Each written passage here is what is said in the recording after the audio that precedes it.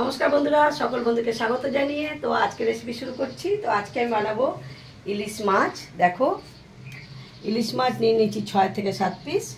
তো তাতে স্বাদ মতো লবণ দিয়ে দিলাম, পরিমাণ মতো হলুদ দিলাম, তারপরে মাছগুলিকে একটু মেখে নেব। তো আমি কাঁচা মাছ বানাবো।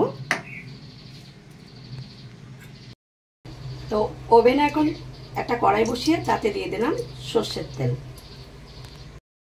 তেল গরম হয়ে গেছে, তেলে দিয়ে দিচ্ছি কালো জিরা ফোড়ন এবং কাঁচা লঙ্কা ফোড়নে।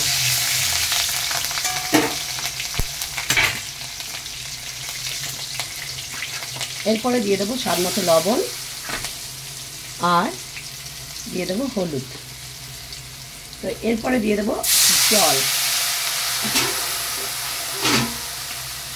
ঝোলের জন্য দিয়ে দিচ্ছি জল। তো এখন ঝোলটা ফুটতে দেব। তো ঝোল ফুটে গেছে, এখন আমি মাছগুলিকে দিয়ে দেব। আমার মতো এরকম পাতলা ঝোলে কাঁচা ইলিশ কে কে রান্না করো কমেন্ট করে জানিও। এইভাবে ইলিশ করলেও খুব টেস্টি হয়, যদি মাছটা টেস্টি থাকে। তবে এটা বড় মাছ ছিল, যেহেতু টেস্টও আছে মাছটায়।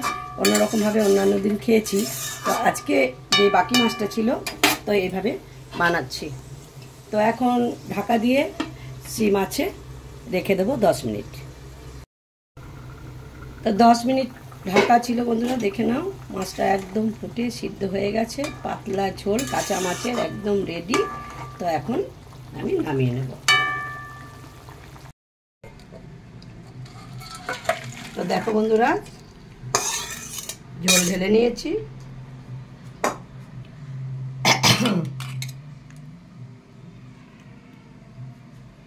তো মাছের ঝোল একদম রেডি। তো দেখো বন্ধুরা, আমার পাতলা কাঁচা ইলিশ মাছের ঝোল, শুধু কালো জিরা আর কাঁচা লঙ্কা ফোড়ন দিয়ে পাতলা ঝোল বানালাম।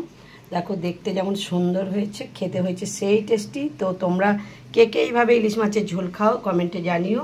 আমাদের এই ভালো ইলিশটা হলে এরকমভাবেও খেয়ে থাকি, তো এটাও খুব ভালো লাগে। তো বন্ধুরা, আমার রেসিপিটা ভালো লাগলে লাইক করতে ভুলো না, কমেন্ট করে জানিও। আর নতুন বন্ধু হয়ে থাকলে আমার চ্যানেলটিকে সাবস্ক্রাইব করার অনুরোধ রইল। তো ভিডিওটা এখানেই শেষ করছি। ভিডিওটি দেখার জন্য ধন্যবাদ।